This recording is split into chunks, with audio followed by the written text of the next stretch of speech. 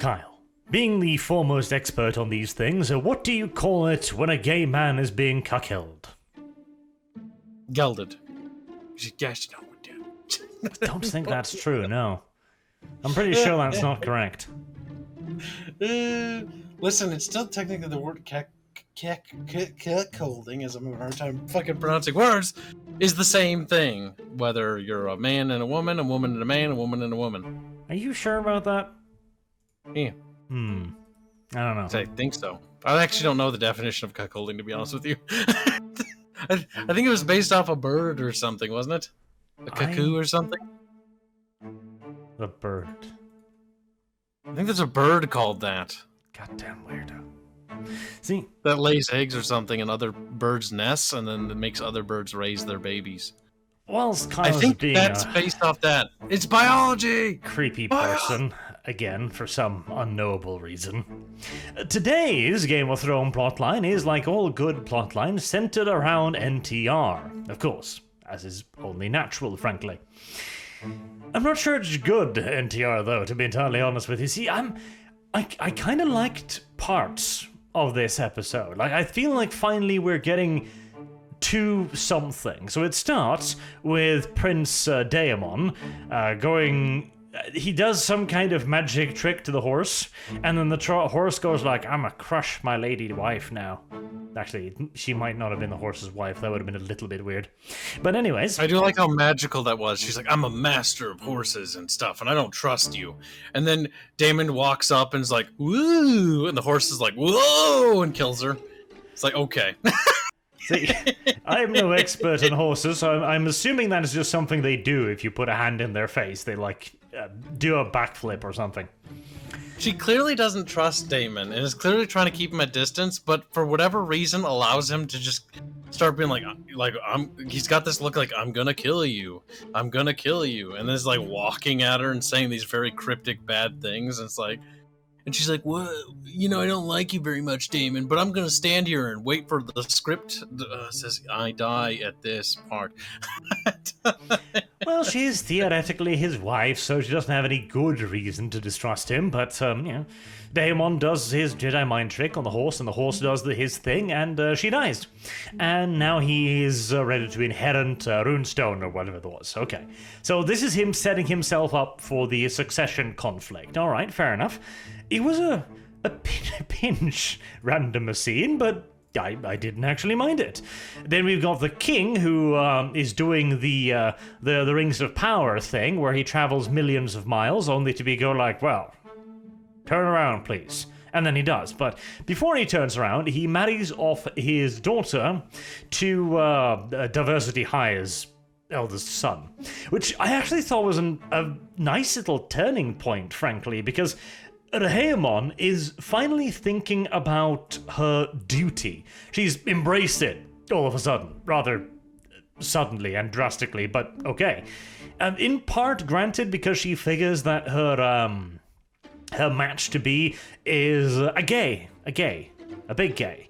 I don't know why she figured this out. They said they were raised together, so I guess as children she just looked at him and went like, "Okay. You're gay." And he went, "Uh-huh." Okay. And very convenient, right? And everything. And you know what? The first part of this episode is actually not bad. It's like, and then they go off and be like, "He's gay," and it's edgy and stuff. I'm like, okay, whatever. And it's like, oh, things are gonna line up because the gay dude has his own gay relationship, and the dumb princess, can't remember her dumb name, has the relationship with the other forgettable guy character thing, who's a knight. And it's like, oh, that's neat, I guess. So they're gonna be a perfect pair, and they'll keep their little secret thing. But then you remember that this is a George R. R. Martin story, and we need conflict. Nothing can make sense here. The characters are gonna break any sort of sense of rationality and do some very off the wall shit today. And we see that with Red Wedding 2.0, don't we? See, I was actually quite enjoying this whole thing here, because The king too. He's now entering into some delicate negotiations with Prince Diversity Hire, because Prince Diversity Hire is now in a position of power because he's made alliances, etc.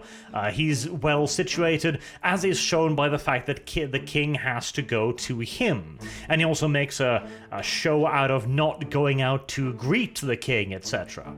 And so he's like, oh, we're gonna talk about the inheritance a little bit. Maybe the children will be named Valerian, yes? And the king can't agree to that, obviously, because it means the literal end of his goddamn dynasty. So he argues back that, okay, they'll be named Valerian until they ascend the throne, at which point they're Targaryen. Which is a pretty clever compromise. I kind of wish this would have been like hashed out a little bit more, made a little bit more of a meal out of, because they certainly had time, because we have 20 minutes of dancing after this. But I quite like this, because it was the first time that the show showed us the resolution of the political intrigue, instead of simply telling us that the intrigue is being resolved. It's also one of the only times I think they did it in this entire episode, though. Well, they also had Prince Diversity Hire, who is, seeding the ginger fields of Driftwood. I kind of like that too, because both of them have their relationships, so they give each other a little bit of a wink and a nod. I won't tell anybody that you like boy pussy if you don't tell anybody that I like Diversity Hires. Yep, and this is all fine, but that's, the episode doesn't fall apart at the beginning part. In fact, actually, the episode starts off strong, because, wow, intrigue's happening, characters are doing things, and interesting stuff's happening, and characters are actually not being stupid, because one of the problems in the show is a lot of characters do things just for the sake of doing things and being really dumb, and a lot of the alliances being made and the interconnections between the characters, especially between the princess and prince, who is going to be king and queen, it's actually very good because they're establishing and setting up this thing where it's there's going to be this tight bond between the two. They're setting it up okay, you pursue your interests, I'll pursue my interests, but we'll work together, and we'll make this compromise. And it's actually really interesting. But then they have to throw it all away because we need conflict. We can't have a resolution here. Yeah, okay, so they have their wedding and there's about 20 minutes of dancing, which is a bit boring. Much. It is the most boring 20 minutes of my life, yes. In all of this, Prince Daemon shows back up again, and he's going okay, I'm going to inherit Runestone, and his wife's cousin is I know what you did, and you Jedi mind tricked the horse, etc. Okay, so there's a bit of conflict there being set up, and then he lays his eyes on the Princess Diversity Hire, and goes smash? Yes. Okay. And the ginger fields of Driftmark then goes up to our little raped white cloak. Yeah, the King's Guard, there you go. Yes, who's the only Kingsguard not wearing a helmet anymore because we need to recognize him. Yep, they do like that. Every other Kingsguard's wearing their helmet except for the captain of the guard. And then there's this guy who's not wearing his helmet and looking important. Every shot. He goes up to him and basically is oh, I know you're the one, because he recognized him instantly. He just cast a glance across the room and went oh, one of the Kingsguards aren't wearing helmets. That must be the one banging Daenerys. Close enough, you know what I mean. Yeah, they look the same anyways. Well, I wouldn't go that far, but... All right. And he basically says, oh, I know your secret. You keep our secret, we'll keep your secrets, and together we'll be strong. Reasonable. And then he just starts beating him to death in the middle of the dance, and gouges out his eyes and shit and leaves him dead. I was why? What? How? Yeah? Oh? He does a complete break of character, and he's oh, I care about Rhaenyra, whatever the fuck her name is. They're all forgettable. You care about her so much, but I gotta fuck this up for her in every conceivable way possible. It's so you love this girl, yet you're actively sabotaging everything to do with it. And it's not in it's in a love situation. It's we need conflict, and we're gonna need this to be an issue going forward because the characters are too happy. That's what this feels like with these shows. It's like characters are winning too much. We need to just have a massive loss. And so the wedding is just like this huge L for everyone. And then there's also, the Lady Hightower who's like wearing green, like, I'm going to war with my clothing. Oh, that was special. Now, okay, so Lady Hightower has managed to get her father fired. He's a little bit frumpy about this, and so she calls up the White Cloak, and she does that thing that every goddamn TV show has done since the dawn of time, where the character is talking about something else, and the other character goes like, "I did it, I did it. Please forgive me." Yep, that was so lame because they build it up and it's the most fucking it's borderline just like infuriating the scene itself because he's going on like or she's going on about like, oh, Renea did this thing with this guy and I'm not going to say the thing, and it's very emotionally compromising that she did it with the pause and then that pause and then that pause, constant pausing but never saying the name that it was, Daemon. And it's like, she keeps pausing, and she does it like 5 cunting times until basically he's like, it was me, I did it. And she's like, what? You? It's like, oh my god, shut the fuck up, show. Shut the actual fuck up. That scene was so painful to watch. I get that she was probing to try and figure something out there, obviously, but... Yes. How weak are you, my dude, to just straight up like, yep, nope, I did it. I'm very sorry. Like, okay. That was a bit weird, but okay, right. If I were to theorize about this, okay, so he now knows that the prince is seeding the Ginger Fields, okay. He kind of knew about this already because Rhaemon told him on the boat, we'll both follow our proclivities. That way you and I can still be together and all of that. Right. So he knows that this is a thing. He knows this is the guy now, and he knows that this was a deal going on. He understands. And then he decides to just beat him to death, which, out of vengeance, maybe? Like, he feels that his chick is being stolen away by Prince Diversity Hire, so he's like, well, how can I hurt him? By killing his boy pussy, I guess? It's about as... Thing is, like, Rhaenyra is basically yours. Like, this is the most... Like, in terms of feudal settings, this is literally a great deal. Once in a universal cosmic lifespan of like these stars aligning, and then he's just like, I'm gonna do this thing that doesn't make sense and that isn't related to love at all, and it's just me like killing this guy, not out of love, not out of jealousy, but I'm doing this so that we can have some weird contrived thing down the line because it's setting up the next episode already. But the way it's done is it's done in like, okay, we gotta have this, like, this can't actually work out. We need to have this conflict here because we gotta have conflict here. Well, I'm wondering like, it doesn't feel like he's behaving in character in the slightest here. The thing is, I think maybe, like, you're assuming he loves Rhaemon. I'm not so sure. Because the show kind of plays it off like he kind of does, but... Oh, yeah, he does. He's fucking borderline on bawling when she basically says no. Yeah, like, his eyes are fucking watering. The show also, the Ginger Fields of Griftmark says that he's struck by a word I'm not allowed to say to you on YouTube because it's literally the equivalent of the N-bomb according to YouTube's terms of service.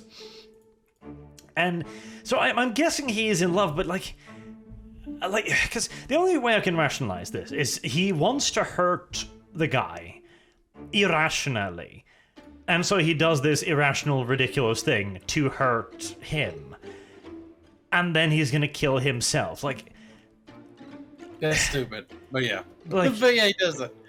The best way I could describe it is that he basically decides to act like the hysterical woman, which I guess is the commentary. It's like, men too can be hysterical women, I guess. Men are women is the important moral lesson of this episode. Like, something that, it was just a very random scene. And I get they were going for shock value, but the problem was, even as this was going on after 20 minutes of dancing, Kyle was half asleep and then goes like, "There's gonna be a shock scene soon," and It's so Right predictable. enough. We can call it. It's like, okay, this is dragging on because they're building for a shock scene. Because they gotta have that scene where he, oh my god, I can't believe that dude just randomly killed that dude because he randomly did, because he just did. Because this is a game, this is a George R. R. Martin story. I mean, I've personally never. George R. R. Martin's really knowledgeable. He's really intelligent when it comes to like dynasties and stuff like that. But I find his stories to be, God, they put me to sleep. This one was just, it was so telegraphed. And maybe it wasn't George R. R. Martin's fault here, or the directors, but that fucking long dance scene, it's like, yep, there's a big twist here, it's gonna be a big shocker, blah, blah, blah. Like, we've seen this before, it's nothing unique, nothing special. Oh, he killed him. Okay, like, I don't care. it really does come across as like it happened simply because the characters were being a bit too happy. Like, because Yes! it's not It's led always up that. to it. It very much so comes across as, well, you know, script's got a script somehow. It always feels forced. The thing is, acting out of anger due to love and stuff like that is a thing that does happen. People do that all the time and do stupid things. But the issue is this show doesn't foreshadow anything ever. Things just sort of happen, and there's really no reason for it or build up for it. And then the show sort of expects you to be like, yeah, well, you should have read, you know, some book or something. It's like, I'm not gonna, like, I'm watching the show. Like, do it in the show. Build these characters up. Take your time with the story. This is the problem the show has had time and time again, where it just rushes through it, and it's like, it's not even like it's trying to tell a story. Rather, it's trying to be like, okay, these episodes are out. Watch it now. Go away. It's like, okay, okay. A bit There's of the no- issue is too, like, 'cause I get it. Like, the show was saying, like, he's in love with him, blah, blah, blah, but it doesn't feel like they actually like built that up. Because, okay, what has happened between these two in total, right? Raymond makes him the Knight's Guard, whatever the thing Bob, not Knight's Guard, but, you know, Gold Cloak, because he's the only one with combat experience and she chose him. Okay, that's a connection, sort of. And then she's like, oh, Mr. White Cloak, come, bang me in my chambers, and takes off his clothes, and he's very clearly a little bit like, oh god, this is a terrible idea. But, you know, she finishes raping him, and now they're in love? Really? Don't really establish anything. So apparently Raymond and fucking Gold Cloak Boy here is like madly in love with Raymond. But the show never shows you that. If anything, it shows that like this was something he didn't want, and actually was like it happened, but he felt awful about it. And then the show's like, well, actually, see, we did a time skip, and now he's madly in love with Raymond. It's like, you can't just, I did a time skip. It's like, okay, well then I don't care. Even on the boat, where he's like, oh, we could run away, and we could be married. He then follows that up, basically, by saying that, you know, I sullied my white cloak for you. I figured, you know, that was the only thing I had to my name. If you married me at least, maybe I could recover that. Like, it feels like he's more worried about his position than his relationship. And the fact that he then moves on to commit suicide after beating the dude to death also makes it feel like he's more worried about his name than the relationship. He's a weird character, I think. It's just odd. And then Hightower shows up to talk him out of it, and he's probably going to be like a vengeful character. But I don't quite know why. It's like, Hightower, mad! The Hightower show up, and they show up to the Queen, who the Queen comes in, interrupts the King's speech, and is wearing green, and it's like, this is literally what we call a, what do you call it? A girl boss moment. Like, this episode has a big girl boss moment, which is something that really shows its progressive nature. Where she shows up and like, I'm a girl boss. I'm wearing green. And one of the dudes looks over, like, she's wearing green. You know what that means? She's like, yeah, it means the Hightower's going to whirl. True girl boss. I'm like, girl boss. And she like waddles up. Like, that's unironically what happens when she shows up in the middle of the feast, by the way, to interrupt the King's speech. It was a big girl boss moment. Don't you like that, Barch? It's like we're watching the She-Hulk movie already, or show. See, I didn't actually mind that because she's all alone. You know, her father's been sent off. He's no longer the Hand. She has dick all allies, which is alluded to by the crippled guy, whichever Game of Thrones show must have these days. And this is her basically setting up the flag to be like, okay, I'm not weak. I'm still strong. I am still the queen. Which is a survival technique in a feudal court. I didn't mind that. That was fine. The issue was with the whole, like, green thing, like, it's a bit forced, but at the same time, it's a little bit of a, like, in-universe reference. Though No, I it's don't a know how you girl make boss fire moment. green. This is a very girl boss moment, Arch. You need to appreciate how much of a girl boss she is. Arch just can't handle it. He's sad.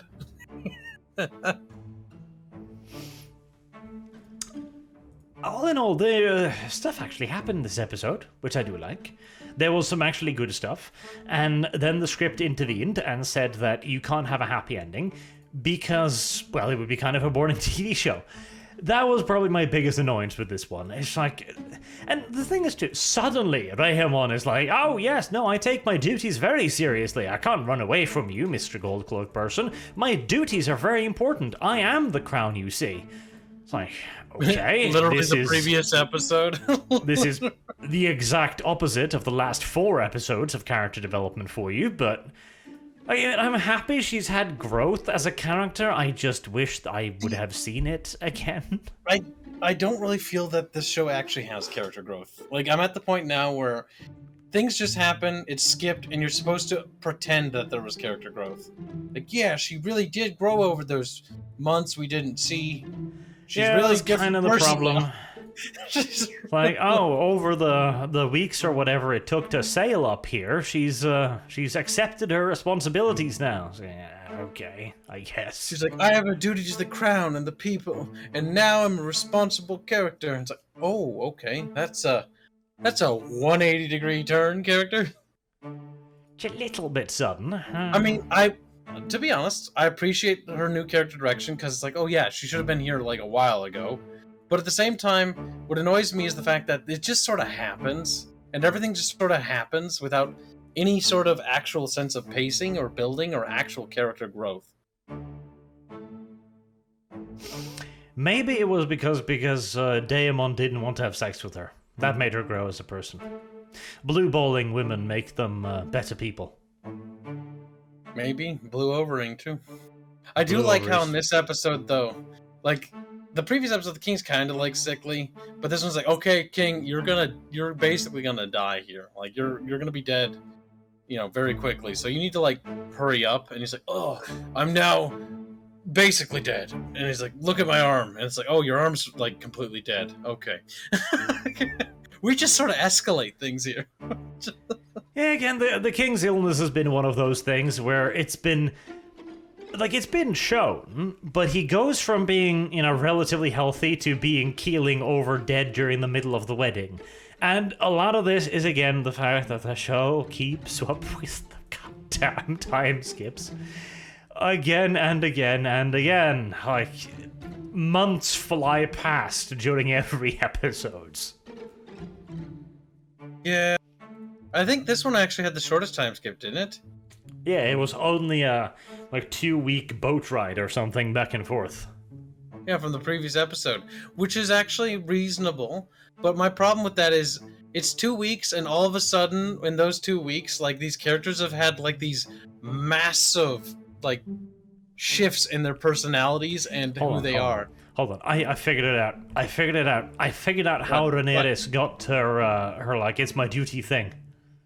Where? Post-nut clarity. Post-nut clarity. Yes. Yes, Right, she, so now that I'm she cleansing- finished banging the White Cloak and was then like, I am the realm. I didn't see that. Jesus. I'll just find a nice gay person to marry. In the middle of my orgasm, I sort of just realized that, no, I should be a bit more responsible. Yeah, exactly. You know, she's looking up at him, thrusting, and she goes like, yeah, I should Now take that a bit of you're- responsibility. Now that you splooged in me and maybe got me pregnant, maybe I should be more responsible. Oh my god. There you go. Character development via post-nut clarity. Well, I mean, that's I can't think of any shows that come to mind that have post-nut clarity to character development. That's a first. It works, okay? It works just fine. I also want to bring up one little bit of a side note here. So, apparently, gay people are persecuted in this world because, for the usual reasons. And yet, the Queen has, like, gay porn posters on her wall. That'll confuse me a bit. Unironically. There's like dudes sucking each other off while jerking each other off while sucking each other off again. And it's like, okay, so show has established that gay people are super taboo and, LGBTQ plus, and then they do the fist bump, in the background. It's like, okay, fair enough, right? Whatever. And then there's like posters and tapestries like, oh yeah, it's basically normal though. So is it or isn't it? Is it or isn't it? And in the ladies' chambers of all things. Like, I imagine she just hung this up on the wall one day, or maybe her servants came and said, we got some lovely new tapestry for you. Just unveils this of a dude getting a reach around whilst he's getting banged in the ass. Oh, I see, it really livens up the room. I thought so. It was, it's the little details you notice in the show, and it's the details that I find that make the show even worse. So, another thing that Barge pointed out that I noticed, only when he pointed this out, by the way, was the sloppy eating trope. And I was like, oh, God. As soon as you pointed it out, I couldn't unsee it as the king's as he's slurping up this food and, just, chopping it up, and it's just dirty eating and whatnot. Yeah, the issue is people like the king a little bit too much because he hasn't actually done anything wrong, yet he's got to be the symbol of the patriarchy. Except he's been nothing but a good guy. Like, he's been nothing but supportive of Raemon. He hasn't done anything particularly wrong, frankly. Like, they keep telling us he's a weak king, but he hasn't really shown it. Even when he needs to cement the future with a marriage, he does it. He goes in person because he knows he doesn't have long. And then the sloppy eating. It's always done when the creators want you to dislike a character. And he's tearing apart a chicken for hours, ripping it, shoving it into his face. It isn't quite Denethor levels, but it's close. Yep. Denethor, oh gosh, just a reminder from Lord of the Rings, Return of the King, where he just if chat, you remember, I can visualize the scene every time. Yes. I don't want to say chat, comments. Like where Denethor puts the tomatoes in his mouth and he sends Faramir out to ride to his death, basically. And he's chewing the tomatoes, and he's slopping and slurping, and the tomato just spurts out. And I know several people that are upset by little baby tomatoes now because of that scene. And it's very clearly that he's doing it. You can tell the actor is doing it because he's got 3 lines of blood and tomato sauce just running down his face, and he doesn't want to wipe any of it as he tears apart his food, rips and the tomato too. He bites the tomato in half with his mouth. Doesn't pop it in his mouth, doesn't cut it open, he just oh Jesus. It makes all those and they do it in this show, and it's that's a trope I wish would die. And I'll say this though, that was one of the most heavy-handed scenes I've ever seen in cinematic history. For all of the good parts of The Lord of the Rings, that scene where you've got Faramir charging to his death, you've got what was that hobbit again? Mary. Mary singing a sad song all things must pass as he fucking chews that baby tomato. It's Granted, that was not actually in the original cut of the film. I'm pretty sure that was some extended stuff. But God, that was a sledgehammer to the face scene. Pippin. Yeah, he was the one singing because he had the. Yep. I just checked. There's even a picture, of fucking him sitting at a table surrounded by food, just looking like he doesn't give a fuck. Yeah, that was. Return of the King was probably the weakest of the 3 movies, but also had that scene, which was funny. Yeah, it was a bit heavy. A little on the nose. It's okay show, okay movie. We get it. Okay, right. Stop. At least now we're gonna get some violence, okay? We've been promised that the realm will now be sent into war because Rhaenyra can't rule. because everyone else wants Prince Aegon, or whatever his name was. So, finally, we're done with what little political intrigue exists, and now we go on to open warfare. And I, for one, am all for it. Let the killing commence. Yeah, I wouldn't mind. You know, actually, I'm looking forward to it because then maybe we'll get to see all these characters on screen finally die. Because, God, I'm tired of looking at them, to be honest. I don't really care who wins, as long as we kill as many of them as we possibly can.